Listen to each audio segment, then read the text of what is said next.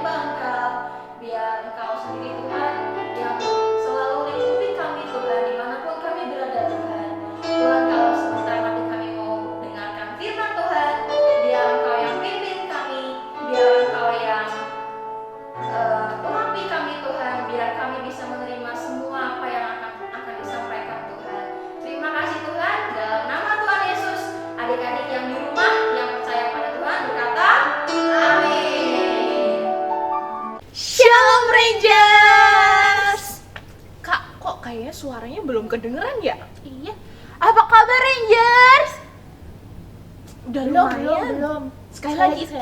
Tapi kayaknya masih ada yang duduk tuh Kak. Masih ada yang Ayo, tiduran. berdiri Bangun. Kita berdiri. Kita biar semangat. Shalom Rangers. Shalom. Yeay.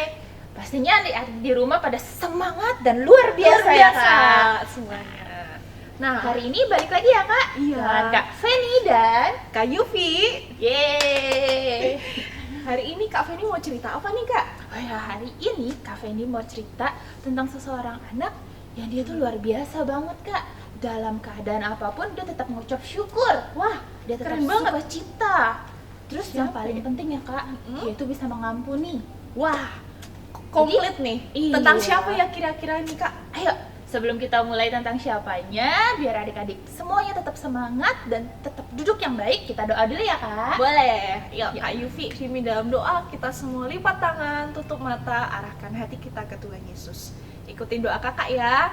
Tuhan Yesus, Yesus, terima kasih terima kasih untuk hari yang baru ini. untuk hari yang baru ini. Sekarang Tuhan, Tuhan, kami mau kami mau mendengarkan firman-Mu. mendengarkan firman-Mu. Kami minta anugerah Kami minta anugerah supaya Roh Kudus supaya Roh Kudus memimpin memimpin dan mengajari kami. dan mengajari kami. Terima kasih Tuhan Yesus. Terima kasih Tuhan Yesus. Dalam nama Tuhan Yesus, Dalam nama Tuhan Yesus, aku berdoa dan mengucap syukur. Aku berdoa dan mengucap syukur. Amin. Amin. Pada masanya hiduplah seorang pria bernama Yusuf. Yusuf memiliki banyak kakak pria dan satu orang adik laki-laki yang bernama Benyamin. Tetapi Yakub, ayah dari semua anak-anak itu, paling mengasihi Yusuf. Yusuf diberikan jubah yang sangat indah. Jubahnya berwarna-warni. Dan itu membuat kakak-kakaknya semakin iri padanya. Mereka tidak menyenangi perhatian istimewa yang Yusuf terima. Mengapa hanya Yusuf yang mendapatkan hadiah istimewa? Kata dari salah satu kakak Yusuf. Keadaan semakin memburuk ketika Yusuf menceritakan mimpinya. Aku bermimpi gandum kalian membungkuk di hadapan berkas gandumku. Ia pikir ia lebih baik dari kita, ucap salah satu kakak Yusuf geram. Di lain waktu, Yusuf bercerita kembali. Dengarkan mimpiku. Matahari, bulan, dan 11 bintang membungkuk di hadapanku. Kali ini, bahkan Yakub pun berpendapat bahwa mimpi Yusuf sudah kelewatan. Meskipun begitu, Yakub tetap menyimpannya dalam hati. Suatu hari, kakak-kakak Yusuf membawa domba-domba mereka ke tempat yang jauh. Pergilah dan periksalah keadaan kakak-kakakmu, perintah Yakub kepada Yusuf. Ketika Yusuf hampir sampai, kakak-kakak Yusuf melihat dan merencanakan sesuatu yang jahat. Ada yang merencanakan untuk membunuh Yusuf. Setelah Yusuf sampai, kakak-kakaknya melemparkan Yusuf ke dalam sumur yang tak berakhir. Salah satu kakak Yusuf melihat ada kafilah unta orang Mesir lewat. Lalu ia menjual Yusuf ke orang Mesir itu. Sesampainya kakak Yusuf di rumah, Yusuf diterkam binatang buas. Kami menemukan jubahnya berlumuran darah. Mereka melaporkan berita palsu kepada Yakub. Yusuf di Mesir. Ketika tiba di Mesir, Yusuf bekerja dengan pegawai Firaun. Yusuf bekerja dengan baik. Sampai-sampai Potifar, pegawai Yusuf, sangat percaya pada Yusuf dan mempercaya banyak hal. Suatu hari, Yusuf mendapat fitnah yang mengakibatkan dirinya dimasukkan ke dalam penjara. Tak perlu waktu lama, sipir penjara melihat bahwa Allah menyertai Yusuf. Maka Yusuf diberi tanggung jawab atas tahanan lainnya. Sekali lagi, Yusuf membuktikan bahwa ia pekerja keras dan setia. Waktu di dalam penjara, beberapa waktu kemudian datang 2 tahanan baru. Mereka adalah juru roti dan juru minuman Firaun. Suatu hari, juru roti dan juru minuman menceritakan mimpinya kepada Yusuf. Masing-masing mempunyai artinya, dan Yusuf memberitahukan arti dari masing-masing mimpi mereka. Dan ternyata taksiran Yusuf benar adanya. 2 tahun kemudian, Raja Firaun pun bermimpi yang aneh. Mimpi itu membuatnya gelisah. Raja Firaun menyuruh orang-orang untuk mencarikan seseorang yang bisa mengartikan mimpinya. Lalu juru minuman ingat akan Yusuf yang ada di dalam penjara. Lalu menyuruh orang untuk memanggilnya. Setelah diceritakan Firaun semua mimpi yang kepada Yusuf, Yusuf pun mengartikan mimpinya. Setelah itu, Yusuf dipercaya menjadi tuan kedua setelah Firaun. Setelah selesai 7 tahun masa kelimpahan selesai, sesuai arti mimpi yang diceritakan oleh Yusuf, datanglah masa kelaparan datang. Di tempat-tempat lain, semua tidak ada makanan, hanya ada di Mesir. Kakak-kakak Yusuf datang untuk membeli makanan. Awalnya kakak-kakaknya itu tidak mengenalinya. Tetapi setelah beberapa lama kemudian, Yusuf pun sudah tidak tahan lagi. Ia akhirnya mengaku kepada kakak-kakaknya bahwa ia adalah Yusuf, adik mereka. Lalu mereka menjemput Yakub dan mereka semua menempat di Mesir dan hidup saling mengasihi. Nah, adik-adik, tadi kita udah sama-sama dengerin cerita tentang Yusuf ya Kak. Luar biasa banget ya Kak. Iya, setuju banget. Dari Kak Yufi, dapat apa aja nih Kak ceritanya? Kalau yang kakak belajar dari Yusuf, yang pertama adalah kita harus terus bersukacita. Jadi, walaupun Yusuf mengalami banyak hal yang mungkin membuat kita bisa sedih, seperti difitnah, dijual, lalu dimasukkan ke dalam penjara, tapi Yusuf punya keputusan yaitu untuk terus bersukacita. Yes, bener banget.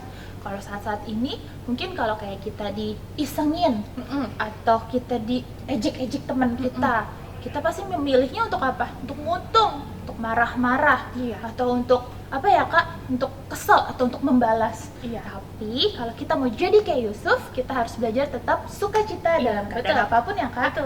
Nah, kalau dari Kak Feni, kita belajar dari Yusuf adalah dalam segala sesuatu hal kita harus tetap melakukannya dengan sungguh-sungguh, melakukannya dengan sangat baik. Contohnya, misalkan kita dikasih PR sama guru, atau kita dikasih tugas ujian yang susah banget, terus kita jadi ngerjainnya bodo amat, jadi males-malesan. Apalagi kayak sekarang boleh. karena kita belajar di rumah, kita diajarinnya sama mama, terus tugasnya banyak banget, terus kita jadi ngerjainnya ngasal-ngasal. Nggak boleh ya Kak.